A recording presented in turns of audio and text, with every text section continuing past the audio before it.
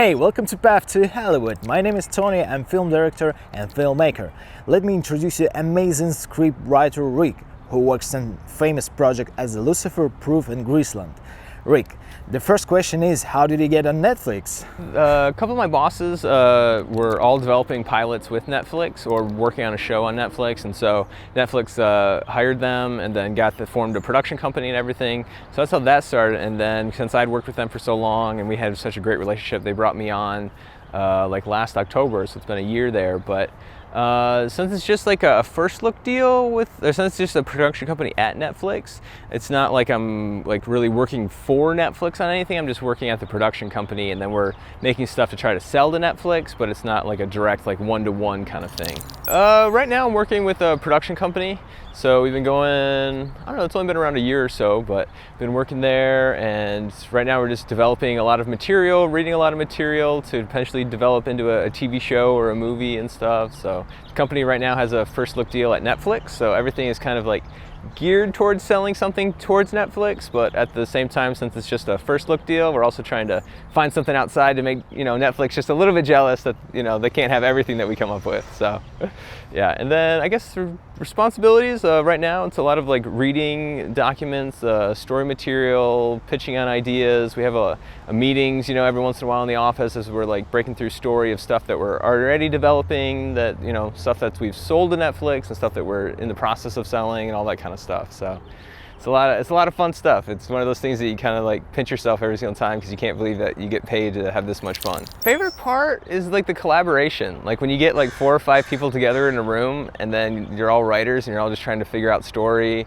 and then like it kind of becomes like a improv session that it's yes-anding. So like you say something and it sparks an idea off of me, and then I go, yes, I love it, let's go, and then da-da-da-da-da, and then someone else will spark off of that, and it brings everyone together, and you get it, and then it's a lot of laughing and joking, and then you figure out stuff. So it's that amazing collaboration that you all get to work together and figure it out, and then you get like this amazing story at the end. You're like, I don't know how that came to be, but the alchemy of all of us together somehow made it possible.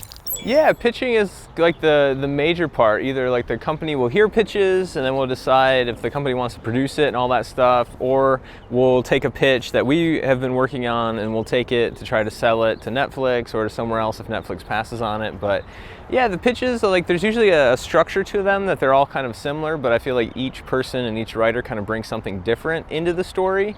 But yeah, it's definitely, pitching is, you're trying to sell the project and also like selling like why you would be perfect for the project to, this meeting. But usually in the past it was all done in person, so you'd be driving all around town to go all the different execs that you're meeting with. But now that it's been on Zoom for the past couple years, it's a very different way of pitching, because like everyone just goes on mute, and then you're just sitting there and like staring at the screen, trying to talk and tell yourself and like, have all this enthusiasm and your passion and your love for it, and then you like get to the end and then it's kind of like quiet and you're never quite sure the feedback, and then like people start asking questions and all that. So it's kind of it's a different experience over Zoom, that's for sure.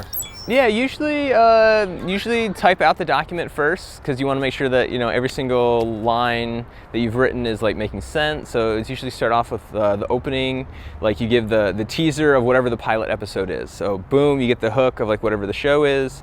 Then you start and you can talk about the world, the characters, and then you go through like the actual pilot episode so that everyone knows like what the beat for beat of it is. Then you can talk about season 1 we're going to follow these storylines and this is how these things are going to happen, and then season 2 and 3 can be these ideas. But by the time you get to the multiple seasons, you're like, just give me season 1 and who knows where it could go from there. But you kind of give them assurances that you figured out like at least a direction that you can go, even if it doesn't become like the direction if it sells. But yeah, definitely you type it all out, practice it. When you were in person, you had to memorize the whole thing. It's because you're actually in person, you can talk it. Now that it's on Zoom, you just kind of put it up in front of your screen and then you kind of like read off it and glance off it as you're interacting with the screen as well. But definitely write it all out and then make sure that you know it, so that it's one of those things where it doesn't want to feel rehearsed, like you're just reading off a line, so it wants to feel like fresh and spontaneous, but also at the same time it wants to feel like you're someone that you can trust and you're confident and you know the pitch completely. So it's that fine line between like memorization but also being kind of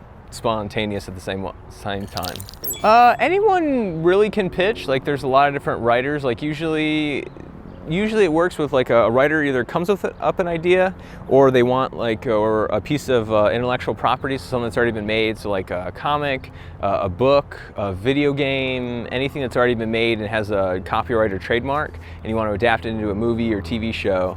Either a production company will buy the rights to it and then they'll try to find a writer to develop it, or a writer takes over one of their original ideas and is like, this is something that I really love and I want to pitch it. So say they'll take it to like the production company that I've been working for, and they will go and take this pitch and be like, hey, is this something you guys would be interested in? So they pitch us, hear it, deliberate about it, and it's like, do we love this? Could we see this something that like sparks in us, that like something that we really gravitate towards this story?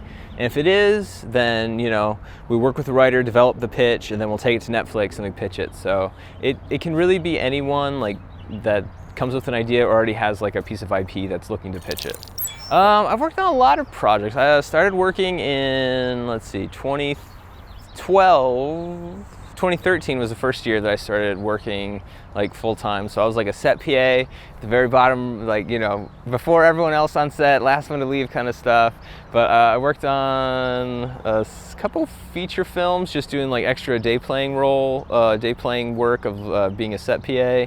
But it was like Vatican tape set, and I don't even remember what the second one was. But yeah, it was just like if they had like big set days and we were outside on location, they call me to help, wrangle people on the side or make sure that, people didn't walk into set or move stuff here and all that stuff. So it was day playing. But from there, a guy that I knew in college, he was going off to Sundance for a week, and then I went on to Graceland in the writer's room there. And then from there, I went to White Collar as their writer's room PA, and then I went on to a short-lived miniseries called Proof for there, and then I went on to Lucifer on Fox, and I was there for all 6 seasons of that. But then in between all that, there was Project Blue Book season 2. I did that in between a season because after we were canceled on Netflix for season 3 of Lucifer, there was like a long period of time, and I was like, I got to work, so I did a short-lived Project Blue Book season 2 in between there, and then from Lucifer I went to Partner Track, and Partner Track I was working until like last October, and then I've been developing stuff and working at this production company. So yeah, no, definitely that was probably my favorite show I've ever worked on, just because we had great bosses and great people that I worked with. Like still some of those people are like my best friends. But a lot of it was like, since I was working directly in the writer's room, it was working with the writers, making sure that my bosses, the showrunners, had everything that they needed for the show. And then it was a lot of working with our line producers and production side, because we actually filmed here in LA for like most of the seasons of the show. So it was a lot of going back and forth and making sure that prepping episodes were ready, that the writers that I was working with were all good. So it was a lot of figuring out a lot of creative solutions to any problems that come up. But my favorite project definitely was Lucifer. We wrote 2 episodes on there, but it was just one of those like fun, like everyone like got the show and everyone had fun with the show, and every episode had like a same, like you could tell it was all of like the same show, but every writer brought something different to each episode they wrote. So some episodes were much more comedic, some were much more action heavy, and so you got to play with a lot of different genres within the same show. And then when we were all breaking a story and stuff together, it was just one of those like best times in the world, because we go in at like 10, we leave at 6, and we saw each other like Monday through Friday every single day.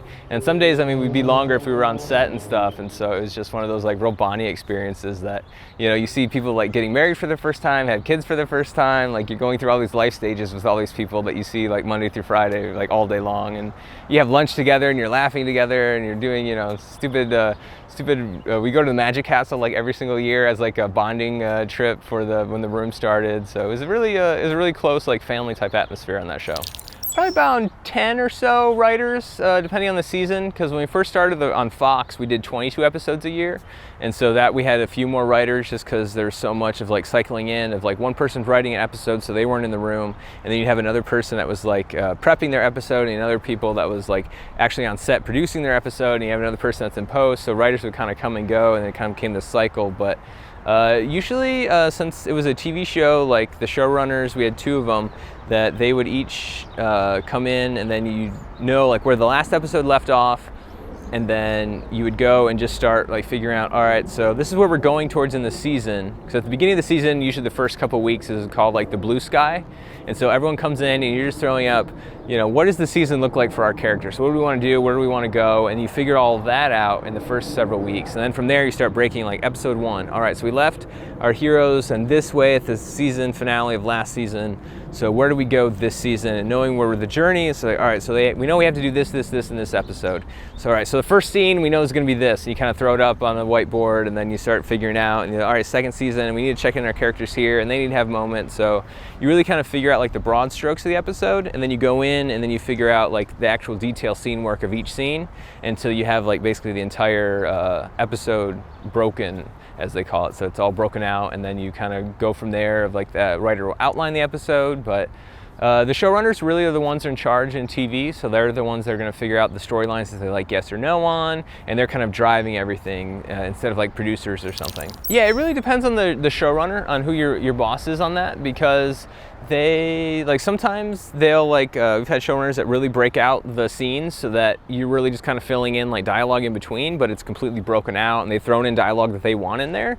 And then other showrunners just kind of give you like a general like what's the outline, here's the end of the scene, here's the out of scene, here's the conflict of the scene, and then they're letting you, the writer, figure out exactly how all that is going to fit in between there.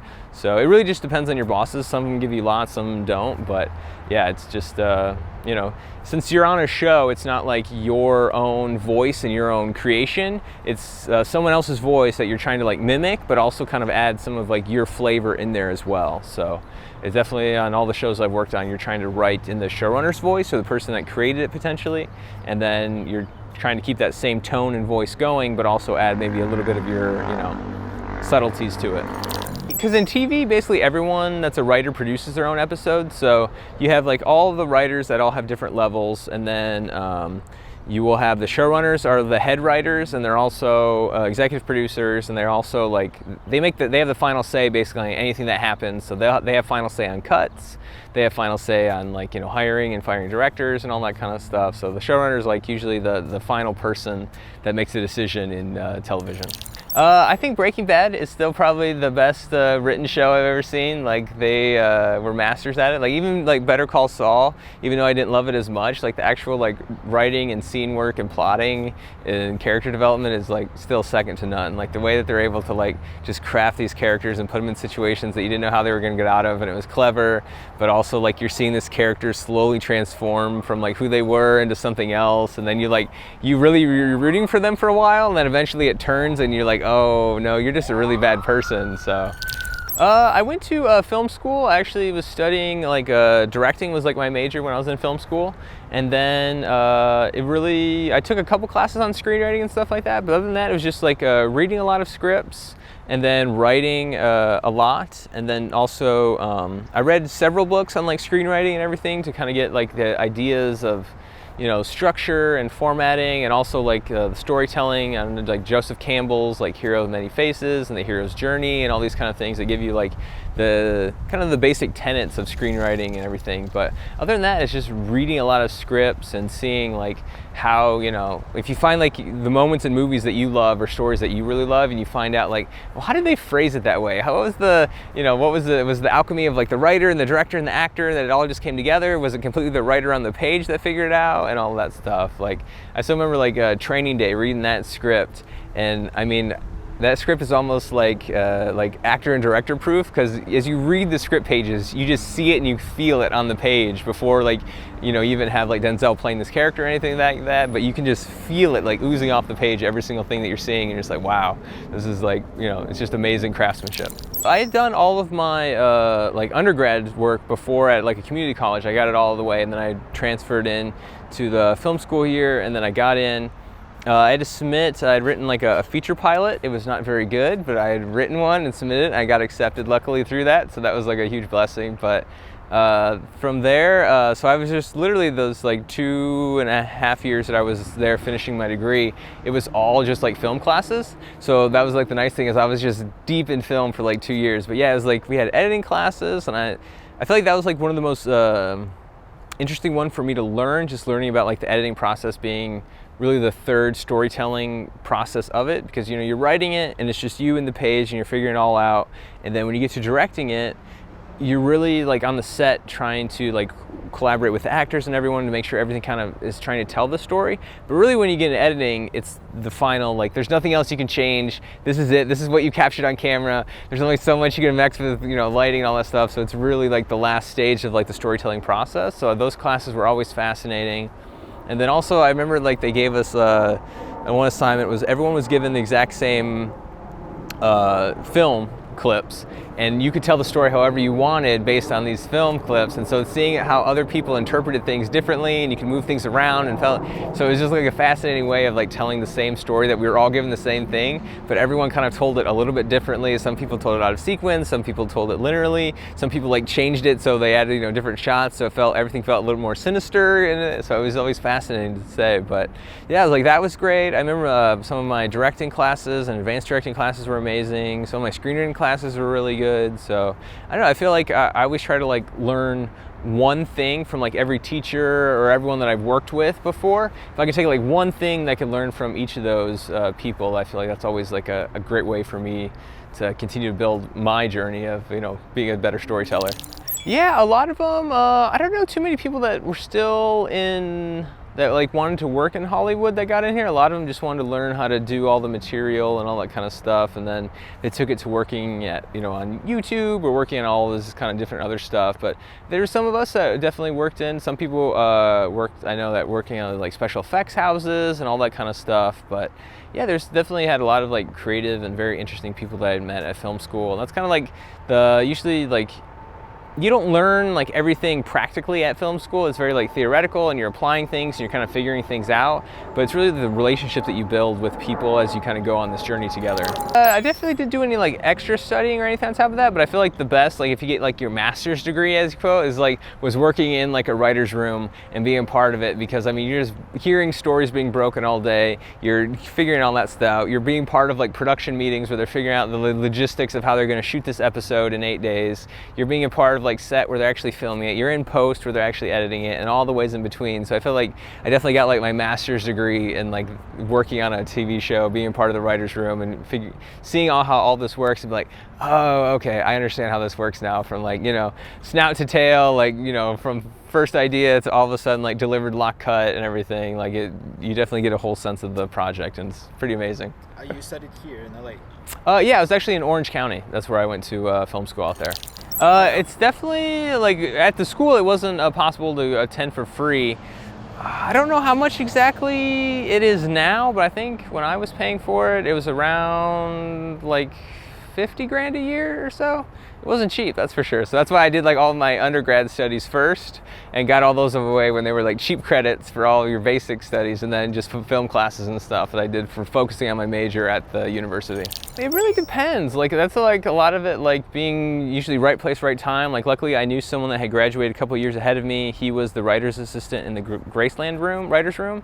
And then because of knowing him and then keeping in contact with him, and then becoming friends, when he went to Sundance for 2 weeks, he recommended me to fill in for the writer's PA who was covering him for the writer's assistant role, and then I got to know them really well, and I did well. And then from there, the showrunner of Graceland had his other show, White Collar, that was starting up in a month, and I got on there, and that's how I met like one of my best bosses I've ever had. He ended up running Lucifer, and so he hired me back on there. So it was really, getting that first foot in the door on Graceland, and everything else was just like, a blessing of working out from there.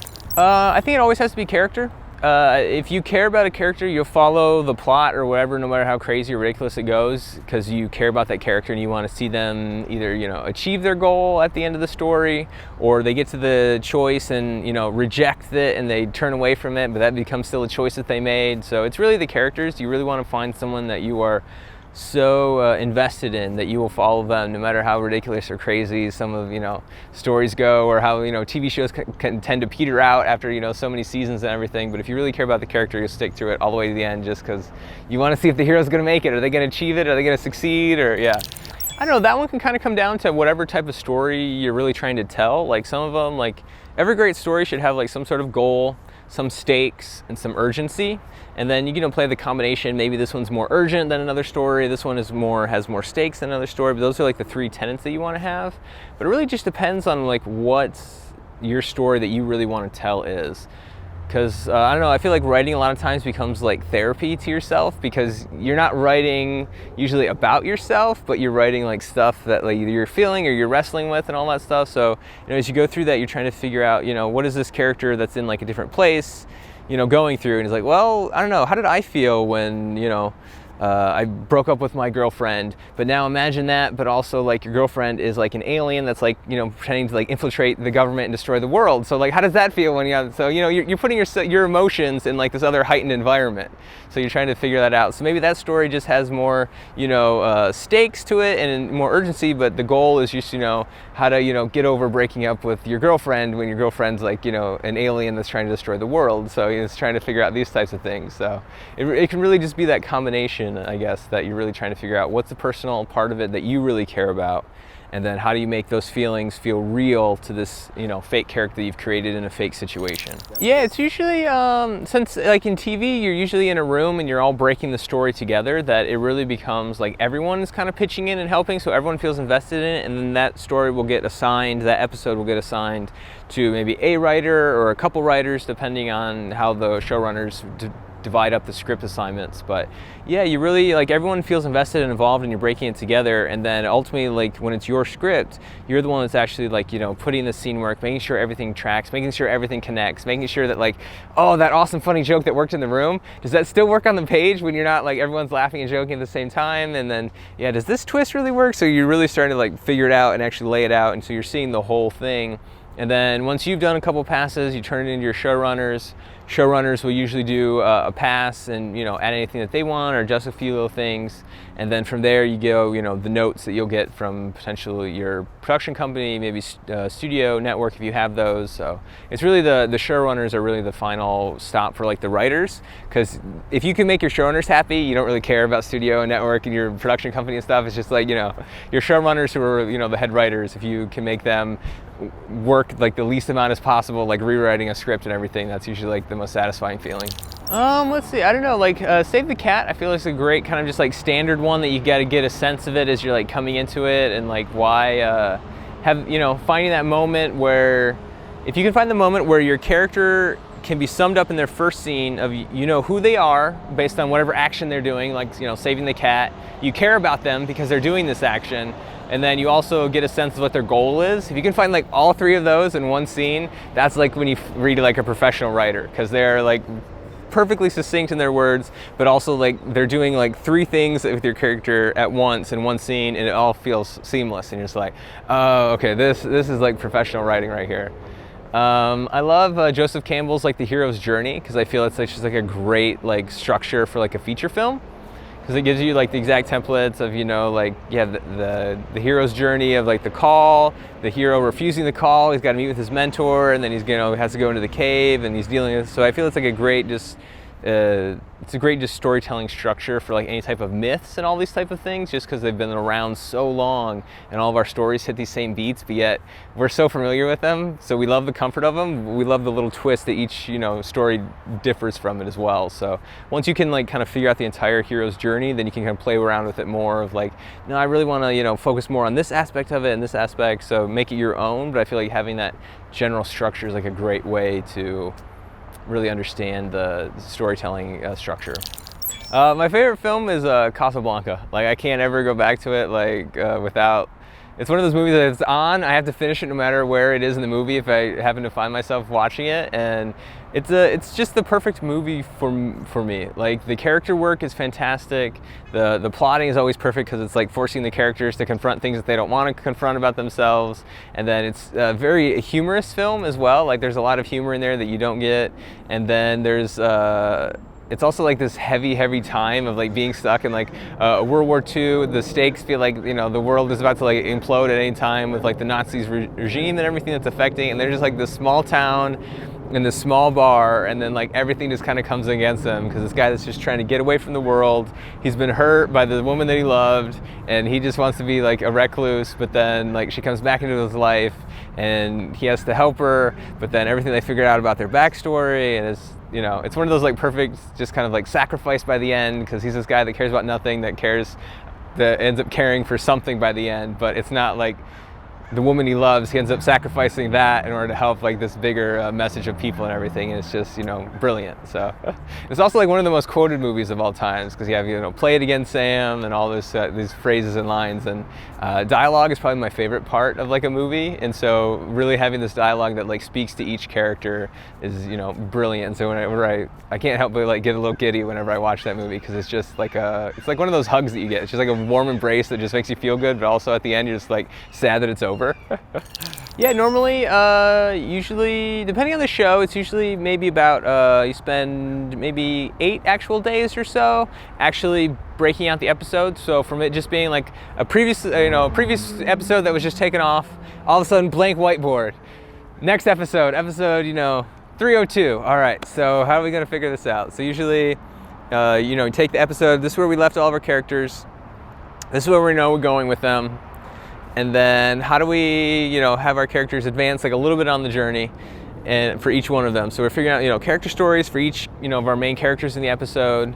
And then it was figuring out like, because take Lucifer, for example, was a murder mystery basically. So there's a body drop, you knew at the end of Act 1, they're walking up to a crime scene, they're gonna find a body.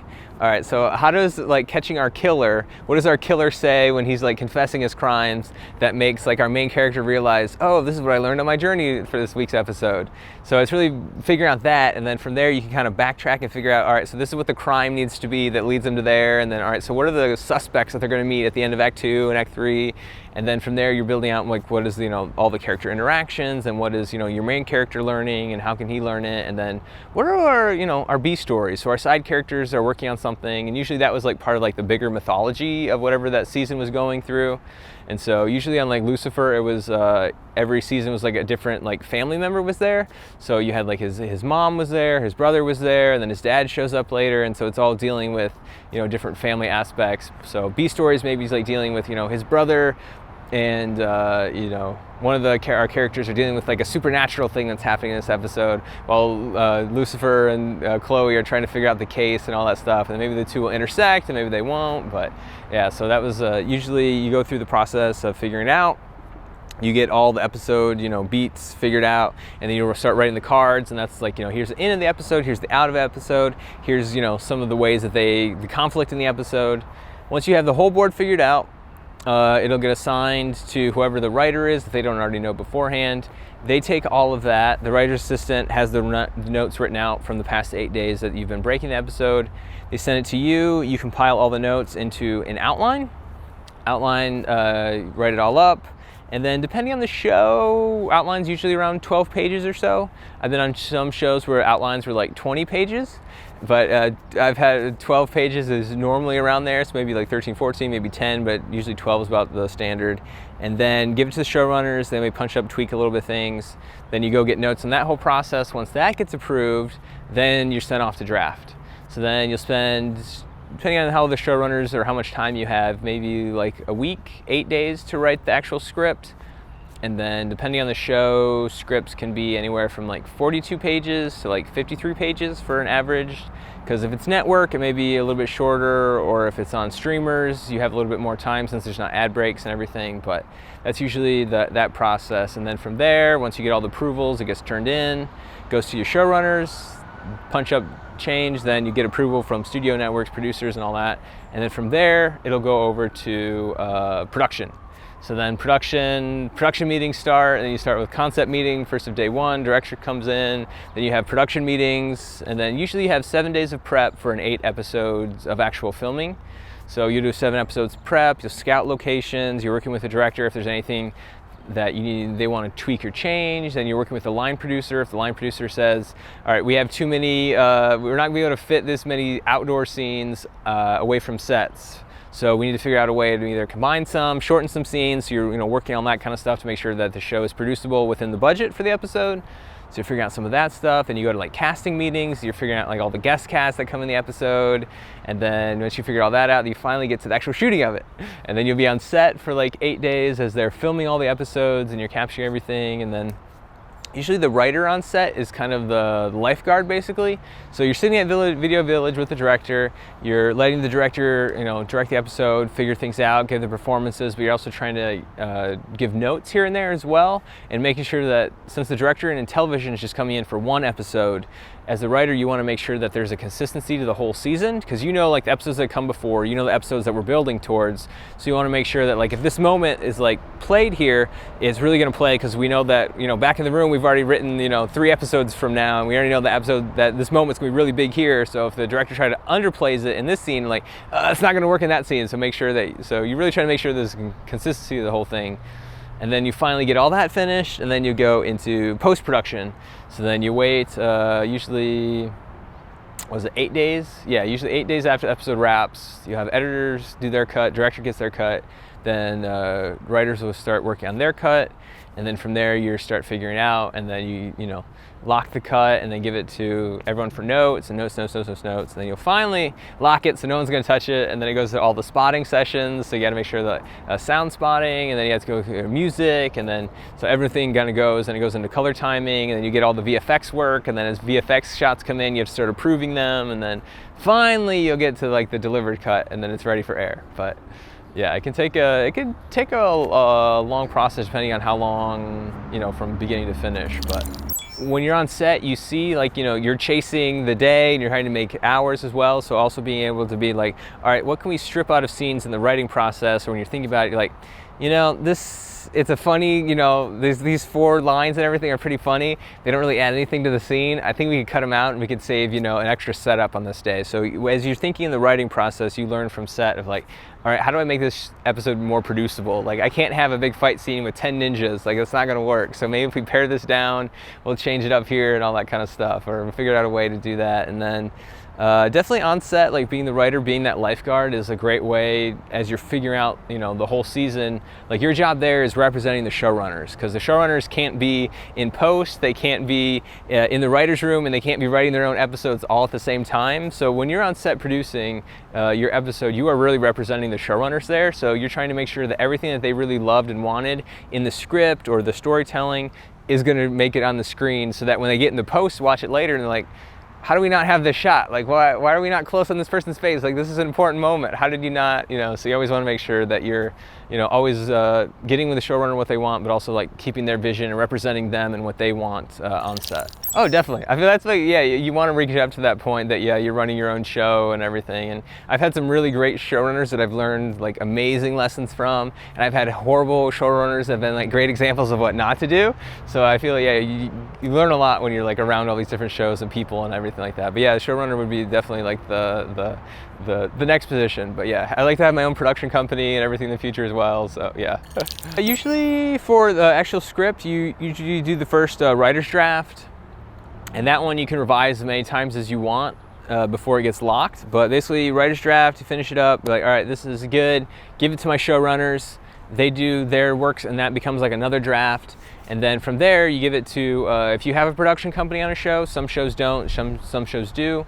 That becomes like the producer's draft.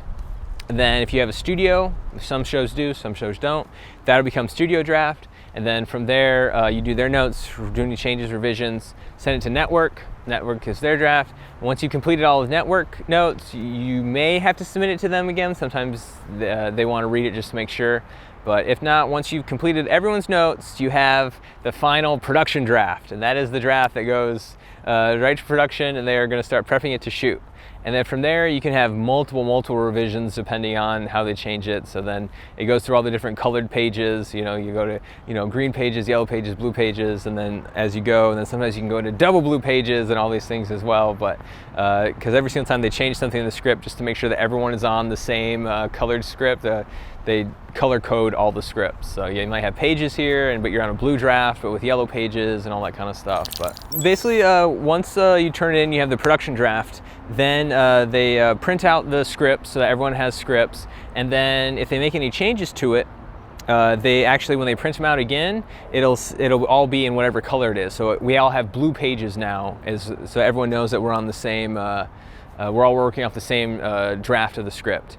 And then, we get to green pages, then everyone has green pages, and everyone's like, wait a minute, I didn't get that. It's like, well, what page are you on? Because it'll have it, and it'll list them all on the front too. It'll say, like blue pages, and it'll have this date, green pages, this date, and it'll say like, blue draft and all that stuff. Because if there's so many revisions that affect like a vast majority of the script, you actually put out a whole new draft instead of just pages where you're just adjusting those pages because those are the pages that have changes. So yeah, everything's color coordinated so that no one is confused or lost on where you are in the process and what draft you're working off of.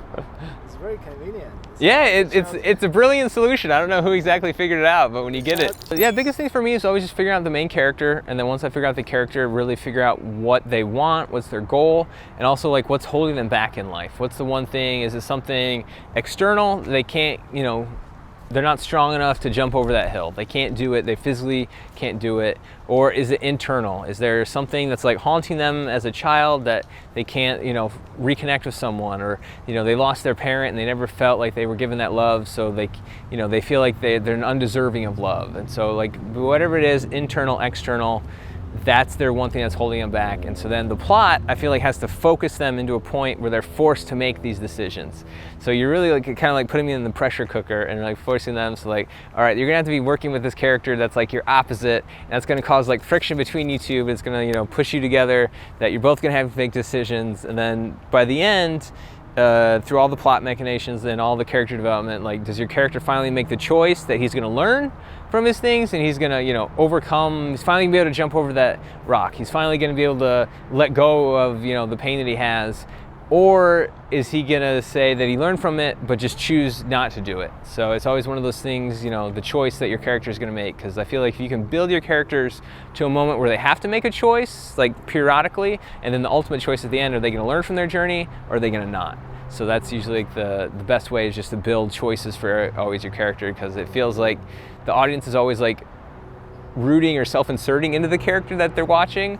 And so when you make those choice moments, they're always like, no, why did you make that choice? Or like, oh my gosh, yes, thank you, he made the right choice, and all that kind of stuff. So building out these choices also makes the audience like start to figure out like, why would I have made that choice, or everything as well. So I feel like you can build choices out and then really push your characters. The plot makes your characters, forced to make decisions. I don't know, I feel it's really a combination of everything and how you find your character, because for me, sometimes it's like I'll have a character in my head and he's working through it, but I don't exactly know what the story is yet. Like, I know what he is, I know he's journeying, but I don't know where exactly the story is going to fit to figure out all these things. So sometimes it's like reading a lot of stuff, and I love reading books and all these things, and so then, or listening to podcasts, and you get an idea of like, oh, that's kind of an interesting world or something. I wonder if my character could fit in that world, and that world will kind of push him to make these type of things. So it's kind of finding that perfect marriage between the two, or it's either something that I'm going through, I'm wrestling with, and sometimes subconsciously I didn't even know that I'm like wrestling with it, and you get to it and this character just becomes,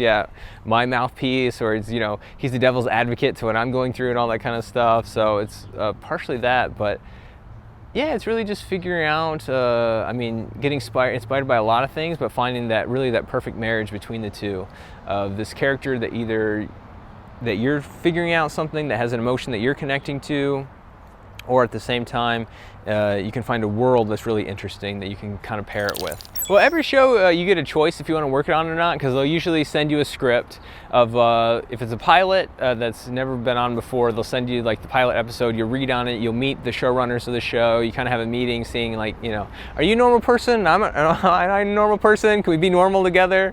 And then you figure that out. So and then if it's a show that's been on before, you might watch a few episodes and all that stuff, and you meet with them and see like something that could work together. So for every show that you work on in TV, the writer gets to choose if they want to be on the show, and the showrunners choose to hire them as well.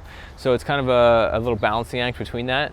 So it's never something where you're like, oh, you're forced to be on the show. You always try to find something that either speaks to you in some regards to the show, or that if you worked on it, you're like, man, I know I could knock it out of the park if I worked on the show. Like all of my likes and talents and everything, they would just be perfect for the show. And if I worked on that show, I would, I'd kill it on that show. And then other shows, you're like, I don't know if I would be amazing at it, but I feel like I would learn a ton from that, and I feel like I could like work my butt off to like prove myself in that show.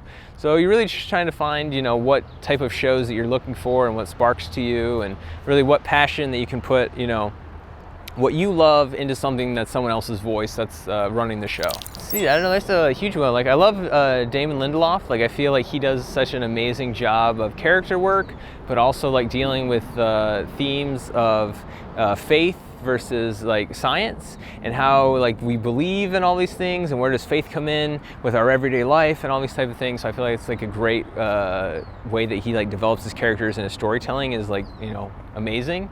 But then I don't know, I love like Noah Hawley as well, like his work on Fargo, where everything is like entirely like you're not quite sure what it is. The tone is just like a little off kilter because everything's quirky, but all these character work, and especially like when the plot comes together and you realize like you've been building and building and building and building for like all these episodes, and everything comes ahead and it's still satisfying. It's like, okay, you're in the hands of like someone that's like a really well written writer.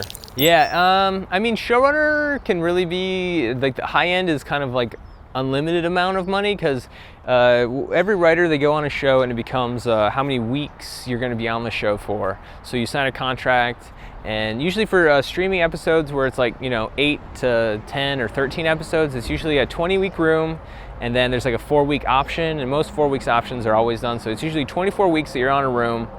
And then if you're shooting at the same time, you may have a much longer contract and all that stuff. But most shows that are just on streamers right now are just, you're working for those 24 weeks, and then they may film the show, months later and everything. So you're not, you may not be a part of that process at all. But it's really just, so it's all based on the contract of it. But it's all, since every writer that works on a show or a movie is all part of the WGA West, it's all pre-negotiated in contracts and stuff. So everyone gets like a base weekly salary, which is like the WGA weekly. And I think that's around like $4,800, $4,900 now a week.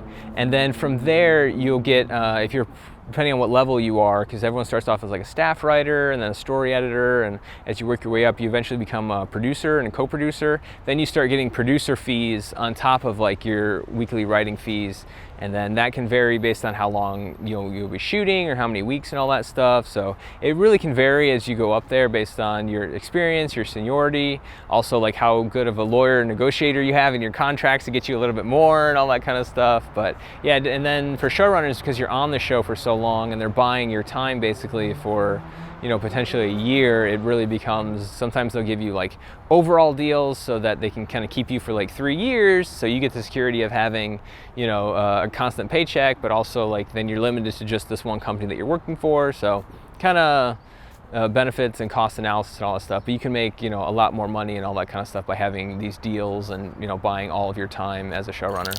If you want to be a professional writer in Hollywood, everyone works with the WGA, so everyone's part of the WGA West, and then everyone is on a union show, so that everyone just falls by that standard. It was started just years ago, and that's just like, in order to hire you, you have to be union. Like there can't be a show that's not, like everyone has to follow like the WGA for the Writers Guild, everyone has to follow the Directors Guild, everyone has to be SAG, everyone has to be part of like the Producers Guild, so everything is just always guild, just so that the idea was that they wouldn't be abusing anyone in the system. So before, in the past, I mean, they would try to set these rules for all, especially for all the crew and stuff as well. Like you only can have 12-hour work days, and if you go over, there has to be penalties, and you can't work all these people, because sometimes the producers in the studios would be like we're going to work you 20 hours a day and do all this stuff. So it's really trying to make sure that no one gets taken advantage of in the system. Yeah, the best thing about the guild is, I mean, if you get staffed on a show, you'll instantly just be put in like the WGA, and you fill out all the forms, then you have to pay your dues and all that kind of stuff to get into the guild, and then you'll be a guild member. So if you get on a show, that's easy. If you write a certain number of episodes in a year, I think, because some people do like freelance scripts even though they're not on staff for a TV show. I think it's 2 scripts in a calendar year. or maybe 1.5. I can't remember exactly, but if you write so many freelance scripts within a certain year, then you can be eligible to join the guild. And then for features, I'm not exactly sure how it works, but there's a certain number as well that if you sell a project or something like that, then you can apply to get in the guild, and they'll accept you. Yeah, it really it depends, because usually most deals are pretty standard, especially as like a low-level writer. Like there's not much you can really negotiate with. You're just kind of given the deal. There might be like a couple terms you can figure out here or there and maybe adjust with your salary just a smidge. But as you work from there, you can definitely start negotiating. And then you have your lawyers come in and they kind of negotiate back and forth with whatever the studio that's hiring you or such, and they're going to be the ones that will, push back on like exactly, the weeklies, or they may push back on like the exclusivity of how long the contracts last and all that kind of stuff. But yeah, the lawyers, they figure all that stuff out. They'll send it to the lawyers. Like I don't even see it until it's like finally approved, and then you can sign it. So it's all like back and forth negotiating. I was like, most of it's pretty standard. There's only like usually a few points that will actually be kind of figured out of like if you want more money, and then also like depending, like if on a network show, you'll usually given like a 3-season contract, so you can't just like take a season and then jump right away. They want to keep you for at least a short period of time. And then if you're going to be on there for 3 years, usually you'll get like a title bump after each, and then a salary bump after each season. But sometimes writers will negotiate it was like, well, I don't really care about a title, but I would like a higher salary bump each season. Or maybe people really want a title, but they'll only take a little bit lower salary increase. So it really depends on what you negotiate for, what you want, what you feel best helps your career, and all that kind of stuff as well. Some people really want to get to that EP title real quick, executive producer title real quick, and some people don't. And yeah, so it's very interesting to see what writers choose to do. Yeah, usually that happens more in like feature side. In TV, you have like, just all of the writing staff that you have, which may be like 10 or more people depending on how many episodes you'll have in a season. And then, so you usually have, your core base of writing staff, and then you usually have 4 support staff for the help. So you have like showrunner's assistant, you have the writer's assistant who takes notes in the room every day. You have the script coordinator who on every outline, everything that's drafted and written, they proof it, make sure like there's no spelling mistakes, make sure there's no grammar, make sure that like the day to night in the script all matches, making sure that like if you named a character this in one sentence, that it's followed consistently and it's not, multiple different names. So they're like really the last editing eyes that you'll put on stuff before it gets dispersed. And then you have the PA, which is there for a lot of like coffee runs and lunch and keeping everything stocked and everything. So that's kind of like the entry level position. But definitely in features, they'll have numerous like uncredited writers on features, so they will never get listed credits in any of the title scroll or anything like that. But there's the people that are brought in just for like dialogue punch-ups. There are people that are brought in to kind of just bring more humor to it. There's people that they bring in to add more characters to a pass. There's people that they'll bring in to add a unique action scene. Like there's tons of punch-up writers that they can bring into stuff like that.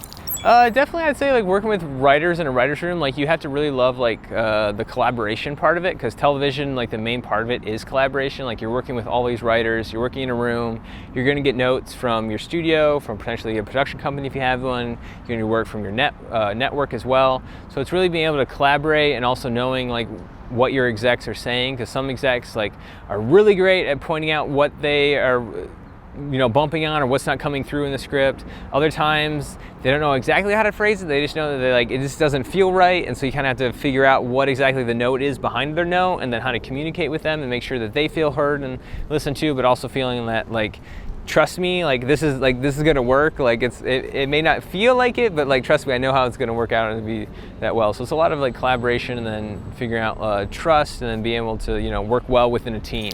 It's one of those things like you have to figure out like what you're really passionate about, I'd say, to figure it out. Because some people like they know coming in like I really want to be a director, I really want to be a writer, I really want to be a producer, so really knowing that passion of what exactly you want to be a part of in the actual storytelling process of it.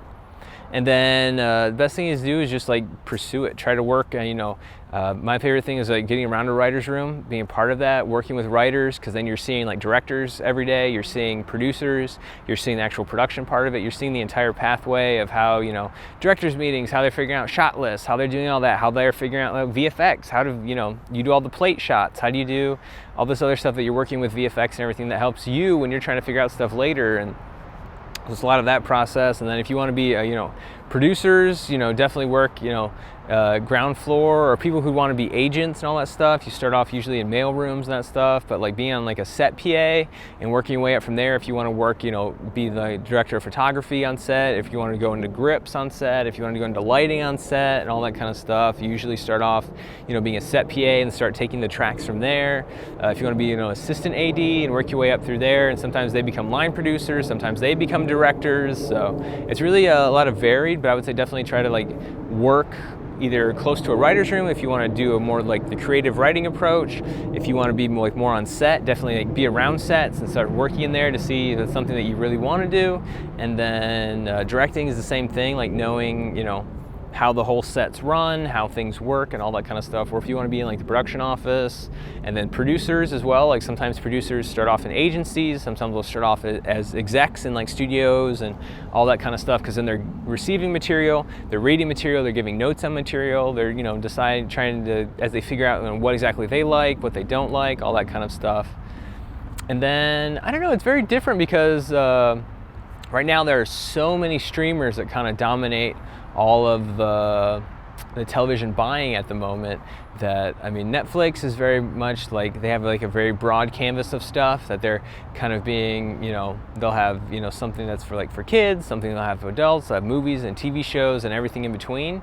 And then you see some of the other ones, like Apple's trying to figure out what exactly their brand is and what exactly fits their channel. Amazon is trying to figure out what exactly, their big franchises that they're going to have, but also, what's consistent for like their platform. And then Disney, like you kind of know it's the Disney brand, so what exactly is like fitting their platform, but also like keeping that consistency but growing. Hulu, how does that fit in with like the Disney brand and everything? And they seem to be focusing more on kind of like very kind of personal, like true to life stories and that kind of stuff. So as you're figuring all that out, like you're figuring out like where would be the best place to sell this idea, who would be the most receptive and all that kind of stuff. So it's really kind of like gauging the marketplace and what's buying and what's selling, but also figure out like what's going to change as well, because as soon as like a big new show drops and becomes a show that everyone talks about, every studio is like, how do we not have this show right now? Like, yeah, that was like the Game of Thrones kind of came in like the tail end. Like no one was making fantasy shows, no one was making these big kind of epic shows or movies and stuff like that. Like those kind of all faded away, and then Game of Thrones came like the biggest hit in the world. And then everyone's like, where is our Game of Thrones? How did we not have a fantasy, all this stuff? So everyone's trying to be innovative, but also trying to figure out like what's sold and what's really well, and how can we find something that fits in that market while the market's still buying that and all that kind of stuff. Yeah, exactly. No, I don't think there's a necessity of being in film school. I feel like there's a great like kind of trial and error process as you're figuring everything out. Like I went into film school and I didn't really know how to like work cameras. I didn't know how to like do any like the set or editing and all that stuff. So I felt it was great for me to kind of experiment on there. But really like the master class and everything for me was really working on just being a part of like a TV show. Like being a part of that is really getting like your master's degree and maybe even your doctorate if you're on it for long enough, because you're really seeing the entire process just play out from like the inception of an idea to having the script to having on set to actually like having a finished product to actually watching it air on screen and your name's under it. You're like, oh yeah, we worked on that like 4 months ago and everything. But yeah, I feel that's like the best process is like hit the ground running and just learn as much as you can, be as like helpful as you can, and then just learn from a lot of different people.